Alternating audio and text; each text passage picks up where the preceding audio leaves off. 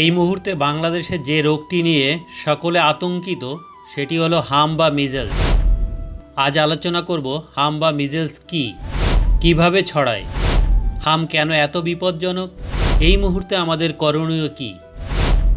হাম অত্যন্ত ছোঁয়াচে একটি ভাইরাসজনিত রোগ। একজন হামে আক্রান্ত রোগী যদি হাঁচি বা কাশি দেন তাহলে তার আশেপাশে 10 জনের 9 জনই এই রোগে আক্রান্ত হওয়ার সম্ভাবনা থাকে, যদি ওই ব্যক্তিরা অরক্ষিত থাকেন।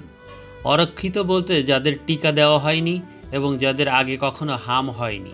হামের এই মিজেলস ভাইরাসটি প্রথমে আমাদের নাক ও গলার কোষের মধ্যে প্রবেশ করে এবং সেখানে বংশবিস্তার করে আমাদের লিম্ফ নোডে ছড়িয়ে পড়ে এবং সেখান থেকে রক্তের মাধ্যমে আমাদের ফুসফুস, হাড় এবং চামড়ায় চলে যেতে পারে।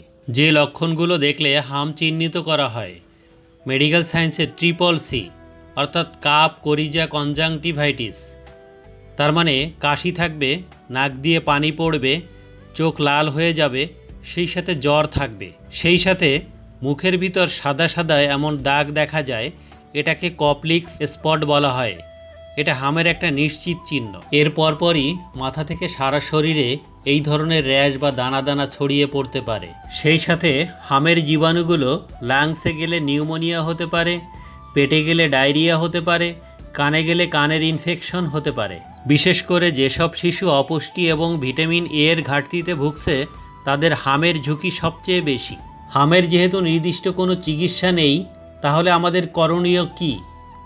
হামের টিকা নিশ্চিত করতে হবে। প্রথম ডোজ 9 মাসে এবং দ্বিতীয় ডোজ 15 মাসে।